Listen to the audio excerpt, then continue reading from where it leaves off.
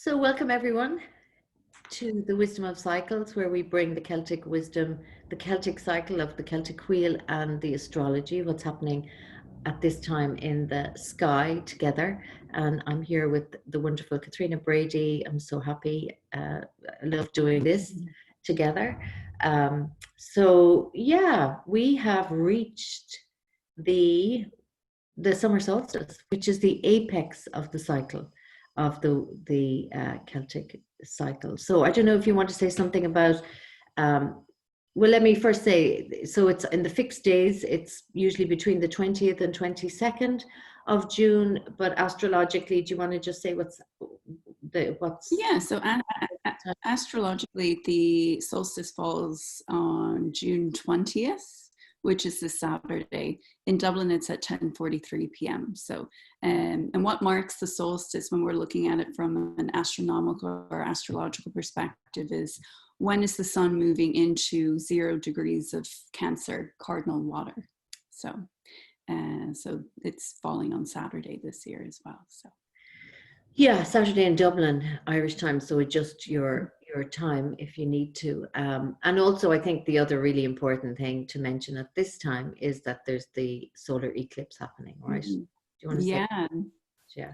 Super powerful, like yeah, really special energy to be working with that really sort of integrates, you know, the solar energy with, you know, the lunar energy, which is the feminine as well. So it just really reinforces sort of the message and the ethos of the summer solstice. So.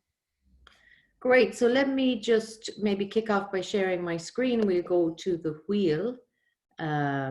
So we get a sense of orientation of where we are. So we remembered that the cycle starts at Samhain. The calendar of the Celts started at Samhain in the darkness, and now we're here at the summer solstice.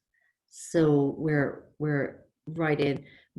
If you remember, also we are now in the Samos stage, or the Samos half of the year, which is the bright half, the masculine half of the year, which runs from Bealtaine here to Samhain. So we're in the masculine half of the year, the bright half of the year. Outward action is the mode that's here.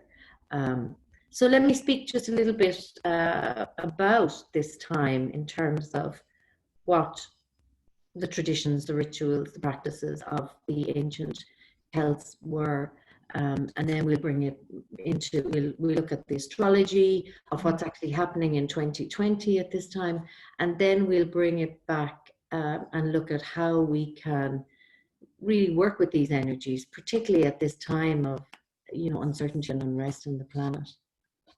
So we're at the apex of the cycle. It's the high point. We're at midsummer. The sun is at its brightest, its strongest, its highest in the northern hemisphere. And it's a major shift between light and dark, just as at the winter solstice, which was the 20th to, I can't remember what it was in 2019, but it was around the 20th to 22nd of December in the northern hemisphere. Now we are at the turning point of the sun, the light, because from this longest day, we know that the darkness, we will have shorter days, and slowly we will really be feeling well, very slowly, but because we're at midsummer, but we will be noticing that the days are getting shorter and the sun is slowly weakening. But of course, we've a long way before we'll really feel that. But I think it's a really important point that, again, bringing us back into the polarities, where the Celts really honored polarity, that at the summer solstice, at the high point of the cycle, when the solar masculine is shining, the feminine returns. So it's always this beautiful wisdom of cycles that brings a balance, that is that natural order of things. So things like exponential growth, if the sun continued to shine without the feminine, the solar masculine, it continued in the mode of solar masculine, which is all outward, expansive, brighter, bigger, better, then if it wasn't tempered by the feminine, then it would cause drought and burnout. So this is what's really important. We're always looking at the light and the dark co-arising together. So let me talk maybe about the rituals. So all the rituals of the Celts were really honored the potency, light, and healing power of the sun. I can stop the share now. It really, the rituals and the traditions were all around that. The bonfire was central. The fire represented the sun. It was the potency of the sun, and a lot was gathering and storing this energy, because they realized they really were attuned to this natural cycle that the cadence and the rhythms mean that in order for the crops to be brought to full fruition, we need the sun to keep shining. So we need the strength and the warmth of the sun, or they needed the strength and the warmth of the sun. So they gathered and stored a lot of the rituals around that. So the fire was lit, people from the tribe jumped across there was a tradition of jumping through the fire if you were going through any change in your life, to just really imbue that potency of the sun. The ashes, once the fire died down, the ashes were put out on the land of the solstice fire, and the solstice fire would have been lit on the eve of the solstice. Also, the ashes were sometimes put on, they marked their bodies with the ashes. So again, just imbuing that potency in. There was a tradition in Kerry that you could take a piece of wood and put it in the fire, and the fire really purified, or you forgave yourself of something. That's an old, more folk tradition around this time. So all of those beautiful traditions around the fire. The solstice fire is big at this time. We fire in a lot of the festivals. And we're also remembering that solstices and equinoxes they tracked the journey around the sun, or the journey of the sun, where the cross-quarter days are more earth festivals. Mm-hmm. Really connect, like how the tribe and the earth were in relationship. They were celebrating, marking those were agricultural festivals, or agricultural high points in the year. So we have the bonfire, and then the beautiful ritual collection or harvesting of medicinal herbs. So this is so beautiful. The Druids would have gone out and very ritualistically gathered the herbs. So the herbs would have, they would have captured this potency of the sun, and that's what was being really gathered and harnessed in the collecting of the herbs on the day of the solstice. St. John's wort is a beautiful herb that, when you look at it, it looks like the sun. It's everywhere. When it comes into your awareness, you'll notice it everywhere, certainly in Ireland. And it's got like 5 petals that look that beautiful yellow gold, and then at the center is the stamen, I think what they're called, but they're like the rays of the sun. And the beautiful thing with St. John's wort is when you tear one of the petals, it oozes like a red color, a deep red. So again, it has that sense of the dark and the light, and also it brought sunshine to sorrow, is what St. John's wort is known for. So again, it was harvested now, so in the darkness it could bring the light. So all these things I just feel are so beautiful for us to remember and to go back and work with these. Another great herb of the time is elderberry. So it's everywhere again. People I've been working with that too. Like I just noticed one tree of it, and I was like, oh my, because I had been thinking about it a lot, and I was like, oh, it's here, and then I noticed it was everywhere. So it's so strange how that happens. So strange. Yeah, and that's why, working with the wheel or working with astrology, like we're just opening our perception. And in the Celtic tradition, it's called silver birch perception, or silver branch perception, where you're like, you just open with new eyes to nature. And yeah. So how are you working with it? Are you just like it's coming into your awareness? Yeah. Well, I've been getting into. I'm doing a course actually, learning about sort of the Celtic tradition of herbalism. So, we work with a plant every month, and the plant this month is elderflower because it's in bloom. So yeah, but it's been really magical. I really love it. I suppose when you're developing these relationships with the plants and the herbs, like it's funny how they sort of speak to you and call out to you. So, but yeah, so it really is so special just being near the tree, and then you become engulfed in the smell of it. It's just it's such a radiant tree, so perfect for this time of year, really. Yeah, and there is a myth around it, I think, that I've read, where if you stand under an elder flower tree, that you could be taken away to the other world. So you just have to, maybe see the other world. Of course, is this wonderful mythological place in the Irish traditions or the Celtic tradition. Yeah, and then I suppose the third piece to just again is the goddess Anya is seen as the sovereign goddess of the summer. She's often seen as the light aspect of the Morrigan, which is the dark goddess. So again, we see that polarity of light and darkness, and she's pretty fierce. Even she's light, very full of light, and connected to wealth and abundance, and ensuring a plentiful crops. But she, her story and her mythology, which you can look up rather than going into it now, is, she really is fierce in how she showed up. And again, it's that feminine with the solar masculine, that's depth of feminine. She's very beautiful and but she's quite fierce, as are a lot of these goddesses in the Celtic tradition. But it's lovely to work with her energy too at this time. So let me hand it over to, let me say one more thing. Loch Gur, the beautiful, magnificent stone circle in County Limerick, the Loch Gur stone circle, I think it's called the Grange stone circle. It's got 113 standing stones.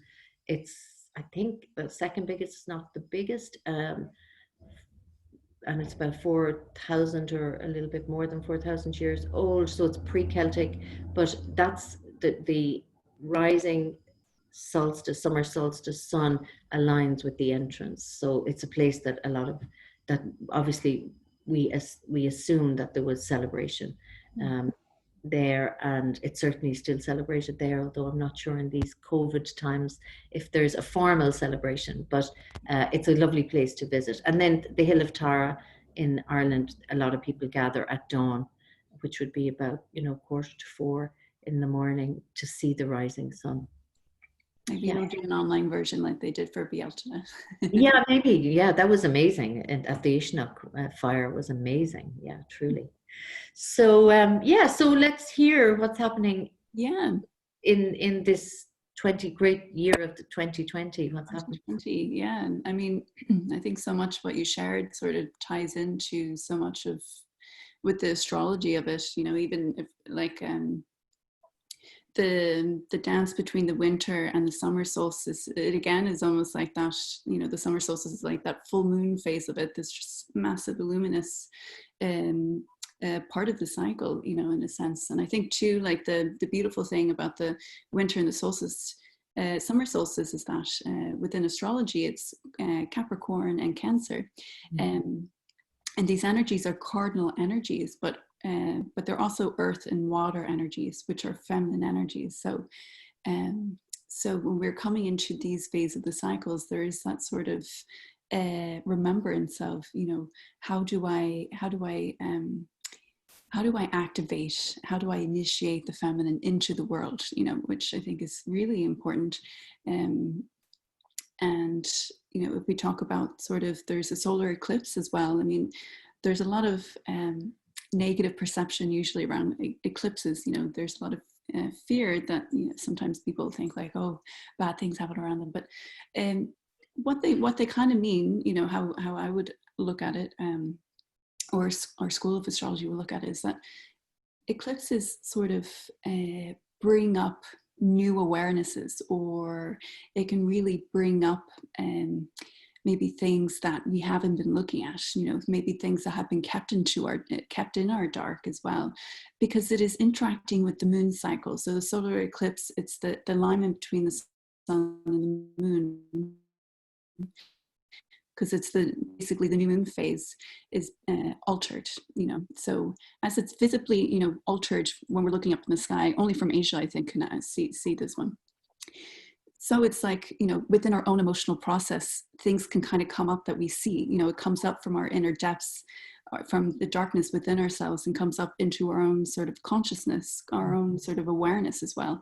So it can be a time where maybe things kind of come up to be dealt with that we haven't been, consciously processing, so it can be sort of a really transformational time where we sort of get this opportunity to be like, wow, this is really something I need to be working on at this time.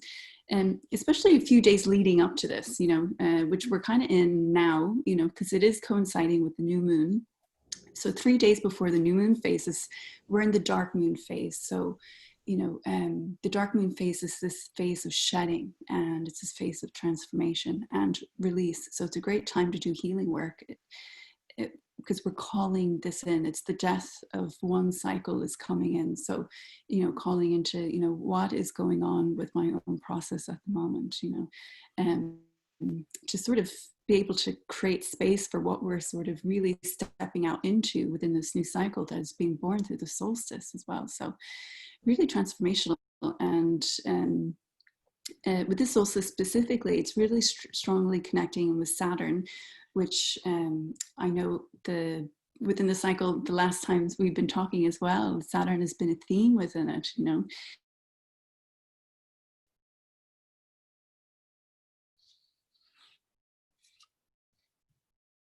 I just seem to have dropped Katrina there. There's an energy to Saturn, I think you dropped out there. Do you want to just yeah, you just said that there was that Saturn, we'd been working with Saturn quite a lot.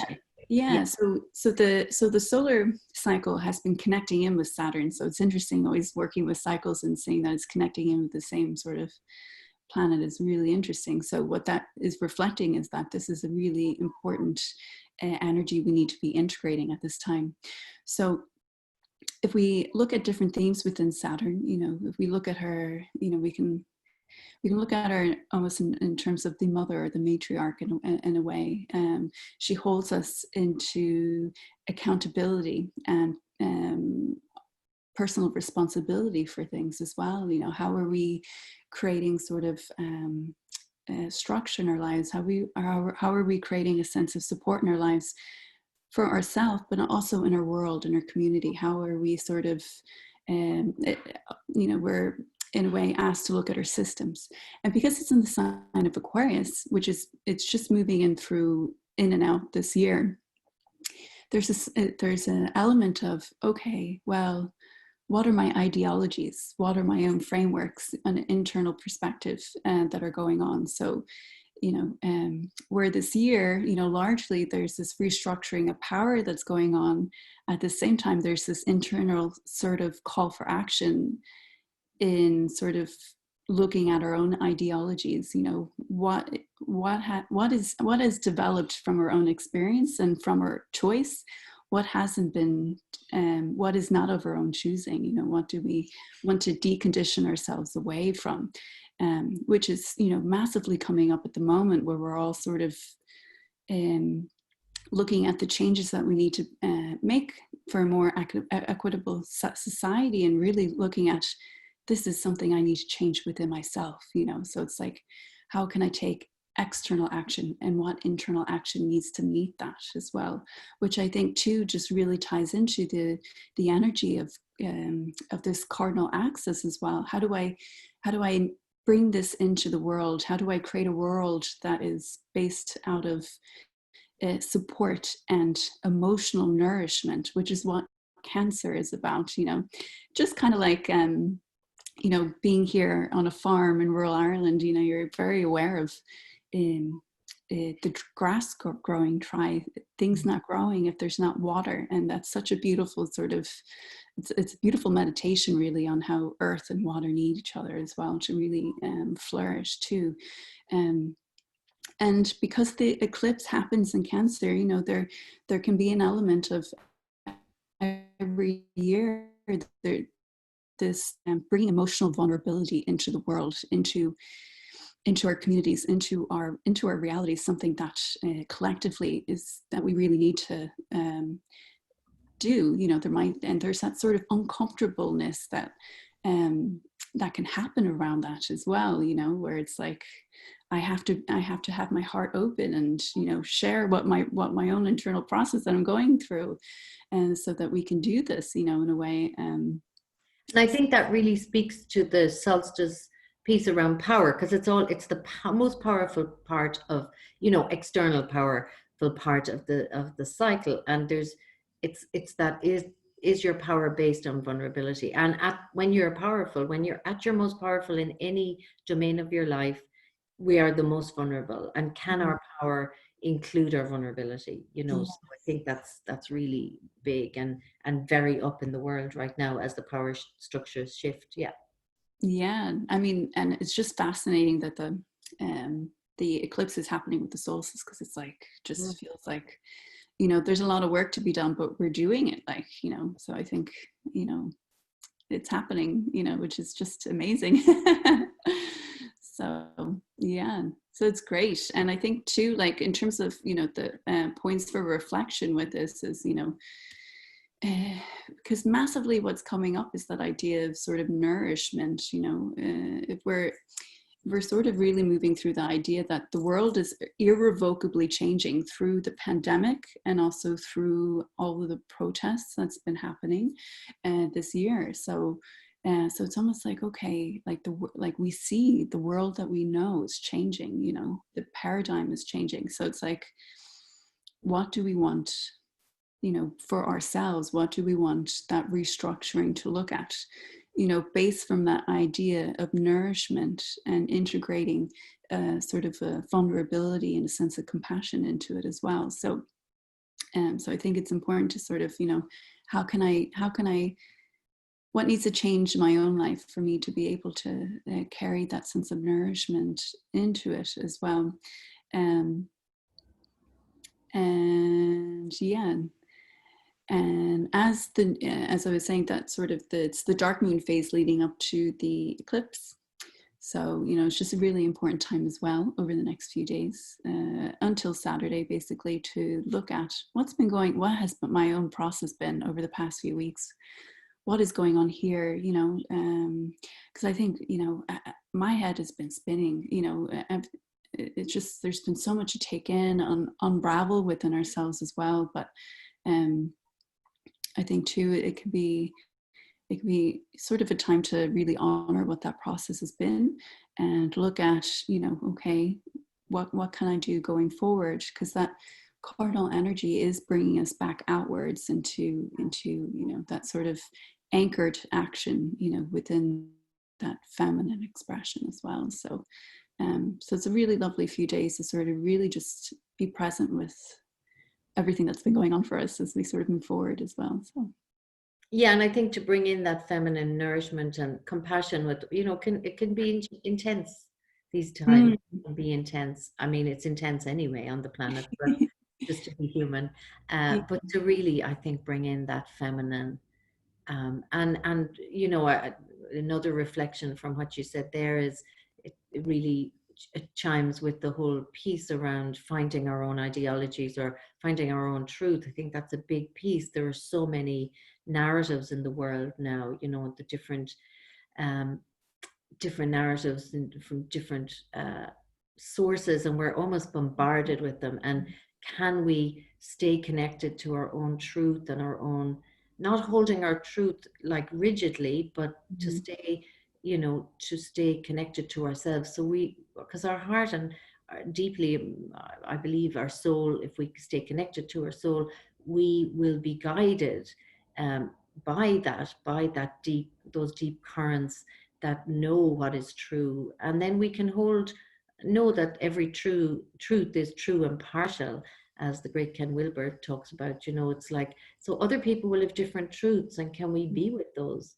And to me, that's a very feminine way of being in the world. And yet the masculine is the clarity to know your own truth, and yet hold it in a way that's relaxed, but stand for your truth too. So it's developmentally, it's quite complex, but this is what I think we're being asked to grow into.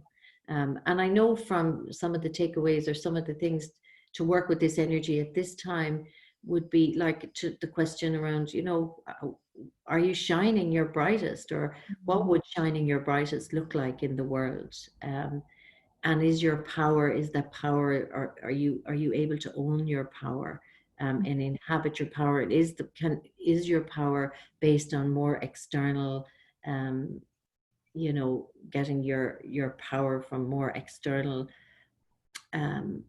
people, or positional power, or is it rooted deeply in your own personal power? And how can you bridge that? Because it's like the sun at this time, in order for it to really be in its strength, it's going to start to wane now. So the power remains. It's not just that this is the high point of the season, but that actually there's also, when we're in the darkness, it's very powerful too. So I'm not sure if I'm making sense with that, but oh yeah, no, it makes sense. That makes sense. It feels like almost like that the energy that we're cultivating at the moment carries us into the waning part of the cycle, the growing darkness in a way. So it's like, recognizing that power within us and really embracing it in a sense, so that when we enter the dark part of the cycle, when we go into, the getting near to Samhain and everything, it's almost like having that light within us to be able to go deeper into the shadow, even, in a sense. Yeah. So. And I think right now on the planet, we're all asked to like own our biases and really work with, like what you said, these 3 days of like, what's arising for you. I know I have shadowy stuff coming up in my own life, and I'm like, okay, I can either just bypass that and just go to the light, or I can actually work with it and bring the illumination of the solstice energies, my consciousness, and let this, whatever is coming into my awareness now, can I work with it in a way that, with compassion and with the strength of it's time to show up in the world. Yeah. And I think, and it's happening as well, like all the sharing that's going on, at different experiences, I've just been so amazed by the vulnerability that's being shared, and it must be so hard to be able to share it, like really difficult and horrible experiences as well. But it's helping, in a way, shift people's perspectives, because, I feel like Ireland's going through like a massive awakening at the moment, being like, oh my God, this is a massive issue we need to deal with now, in a sense. And it really is just through vulnerability, Yeah. And the idea that vulnerability is able to create a healthier expression of compassion, Yeah. And a healthier expression of power, and so power is the big piece here. Yeah.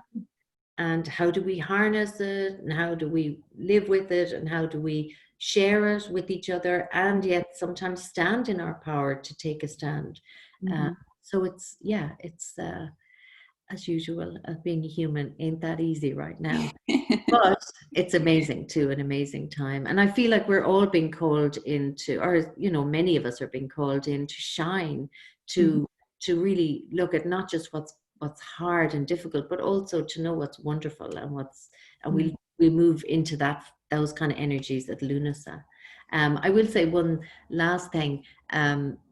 One of in the Celtic wheel work that I do, one of the women very astutely said, like, we're not in solstice, we're not at the high point.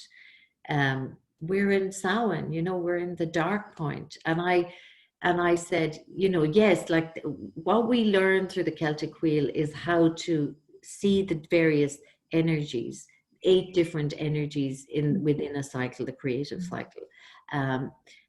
So we're not, like, some of us are not going to feel like we're at the high point in our lives, but there might be a domain in your life, like you might be in relationship, you might be at a high point, or in your work, or you might be, but you might also be at the Samhain at a low point, or at a dark night of the soul in another place. But definitely on the planet, we're in the dark night of the soul. But what we remember from the Celtic wheel and from this wisdom of the ancient wisdom is that even in the darkness, that's the time that the light is born. So this summer solstice energy, this bright strength, brightest time, was born from the depths of the darkness, on the night, that the shortest night, the darkest night. So I think that's really important to remember as we move into this solstice energy. Is there anything else you'd like to? I think too, like when we're looking at it from the astrological wheel, we all have a personal relationship with the wheel as well. So, which is something I've been working as well, looking at the points of the wheel against birth charts, against my own birth chart. So if you're into astrology, look at where 0 degrees of Cancer falls in your chart. This is the summer solstice point in your chart. So any other planet or anything that is at 0 degrees or 1 degree either way is getting activated by the solstice as well. So wherever the house is that Cancer is in your chart, am I right? Yeah, I'll just share it. Oh, I don't know. I need to make you host, I think. Do you want me to? Yeah, I might just share it really quickly, so people might be easier to do it that way. Okay. There, you should be able to share it now. Yeah, so if you're interested in looking at, so this is the astrological wheel. This is the sun in Cancer. That's the solstice point. So what you would be looking at within your own chart is, where does 0 degrees of Cancer fall? So you can look at it in terms of which house is it in. There's 12 different houses. In the Dublin chart, the sun falls in the 6th house. So that's one layer that you can look at it. And then you can also look at it in terms of, what other planets are at 0 degrees. And that's getting activated by the solstice as well. So that would be fun to reflect on too. Yeah, and so each of the houses represent a domain of your life, right? Like I know mine is falling in the 7th house. So yeah. So that would be a point of relationships. For you, I think the Cancer falls in my chart in the 6th house as well. So, which is sort of daily rituals and everything like that, bringing the spirituality back into the physical. So, and I think that's the lovely thing about looking at, remembering too, that we all have a special relationship with these energies too, which is going to bring a different flavor for everybody to it. So, okay. Yeah. Well, look, thank you again. It's just so lovely. I love doing this. I love me too. Thank you. And thank you everyone for listening. So yeah, it's really good to have you here. So from Ireland, we'll say goodbye and see you next time at the Lunasa, which is at the beginning of August. Yeah. Happy solstice, happy summer solstice. In the northern hemisphere, of course, in the southern hemisphere, it's the winter solstice. So yeah, blessings to everybody. Bye. Bye. Okay.